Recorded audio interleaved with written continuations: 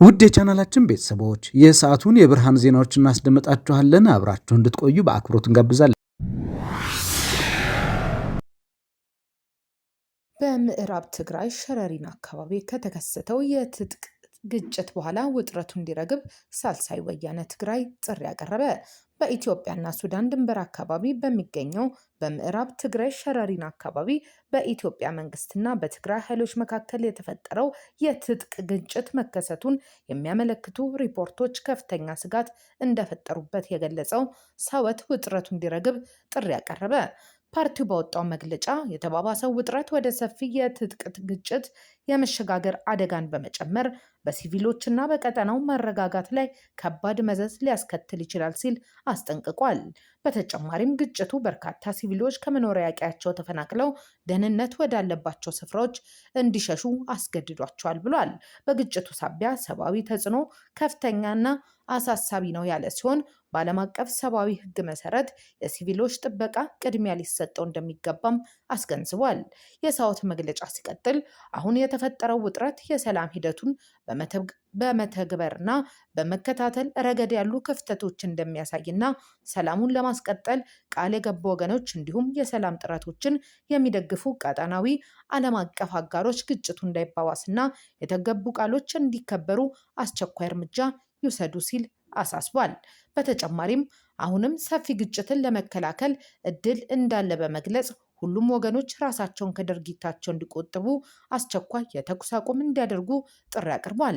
አክሎም ልዩነታቸውን በውይይት እንዲፈቱ የጠየቀ ሲሆን ወታደራዊ ግጭት መባባሱ የሰላማዊ ሰዎችን ስቃይ ብቻ ባብስና ዘላቂ ሰላም የማስፈን ተስፋን እንደሚያዳክም በመጥቀስ በብርቱ አስጠንቅቋል።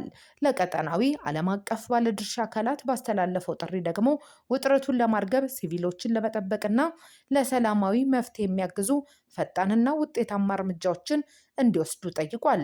በመጨረሻም የትግራይና የቀጠናው ሕዝቦች ዘላቂ ሰላም፣ ደህንነትንና መረጋጋት እንደሚገባቸው በመግለጽ ሌላ አውዳሚ የአመፅ ዑደት እንዳይደገም አስቸኳይ እርምጃ እንዲወሰድ አሳስቧል። ተያያዘ ዜና በኢትዮጵያ ሰሜናዊ ክፍል በትግራይ ክልል በፌዴራል መንግስትና በትግራይ ኃይሎች መካከል እንደ አዲስ ግጭት መቀስቀሱ ነዋሪዎችን ድጋሚ ለከባድ የሰብአዊ መብቶች ጥሰት አደጋ የሚያጋልጥ መሆኑን አምነስቲ ኢንተርናሽናል አስጠነቀቀ። ዓለም አቀፉ የሰብአዊ መብቶች ተሟጋች ተቋም ትናንት ባወጣው መግለጫ ሁለቱም ወገኖች የንጹሐንን ደህንነት ማስጠበቅን ጨምሮ ለዓለም አቀፍ የሰብአዊ መብቶች መርሆችና ሕጎች እንዲገዙ አጥብቆ ጠይቋል።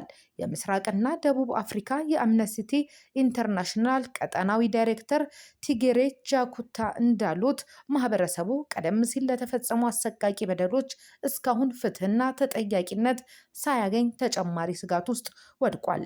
ተፈላሚዎች ለገለልተኛ የሰብአዊ መብት ተከታታዮችና ለሰብአዊ እርዳታ አቅራቢዎች ያለምንም ገደብ መንገድ እንዲከፍቱ አምነስቲ ጥሪ አቅርቧል።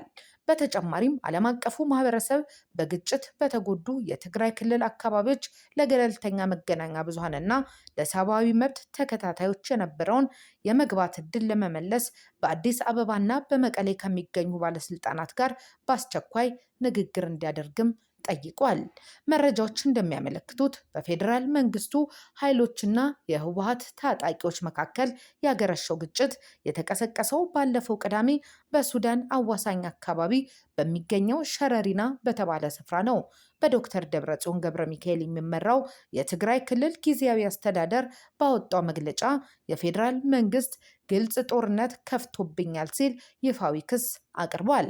በፌዴራል መንግስት ወገን እስካሁን የተሰጠ ይፋዊ ምላሽ የለም። ኢትዮጵያ ለጅቡቲ የጭነት ተሽከርካሪዎች ማረፊያ የሚሆን መሬት በሞጆ ሰጠች። ኢትዮጵያና ጅቡቲ በሁለቱ ሀገራት መካከል ያለውን የትራንስፖርት ኮሪደር ለማዘመን ላለፉት 25 ዓመታት ዘግይቶ የቆየውን ፕሮጀክት በመተግበር በሞጆ ከተማ የመሬት ርክክብ ፈጸሙ። በስነ ስርዓቱ ላይ የሁለቱ ሀገራት የትራንስፖርት ሚኒስትሮችና ከፍተኛ ባለስልጣናት የተገኙ ሲሆን መሬቱ ለጅቡቲ ከባድ ጭነት ተሽከርካሪዎች ማቆሚያ ተርሚናል ግንባታ የሚውል ነው። ይህ ፕሮጀክት በሁለቱ ሀገራት መሪዎች ውይይት ውሳኔ ያገኘ ሲሆን የሞጆ ጅቡቲ የንግድ መስመር የትራፊክ መጨናነቅን፣ የእንቅስቃሴ ጊዜንና ተጨማሪ ወጪን በእጅጉ ይቀንሰዋል ተብሏል። የሶማሊያው ምክትል ጠቅላይ ሚኒስትር የኬንያ ፓስፖርታቸውን አስረከቡ። የሶማሊያ ምክትል ጠቅላይ ሚኒስትር ጅብሪል አብዱራሺድ ሀጂ ከጉዞ ሰነዳቸው ጋር በተያያዘ በተነሱ ጥያቄዎች ምክንያት ከናይሮቢ አየር ማረፊያ ከተባረሩ ከሳምንታት በኋላ የኬንያ ፓስፖርታቸውንና የልደት የምስክር ወረቀታቸውን በሞቃዲሾ ለሚገኘው የኬንያ ኤምባሲ ማስረከባቸውን የኬንያ መገናኛ ብዙሃን ዘግበዋል። ጅብሪል ፓስፖርታቸውን ያስረከቡት በፈቃደኝነትና ለሶማሊያ ያላቸውን ታማኝነት እንዲሁም ቁርጠኝነት ለማሳየት እንደሆነ ተናግረዋል። ፓስፖርቱ በህጋዊ መንገድ የተገኘና ከኬንያ ህግ ጋር በተጣጣመ መልኩ ጥቅም ላይ የዋለ መሆኑን የገለጹት ምክትል ጠቅላይ ሚኒስትሩ ውሳኔው በኬንያ ባለስልጣናት በተጠየቀ ጥያቄ ወይም በነበረ አለመግባባት ምክንያት የተደረገም አይደለም ብለዋል።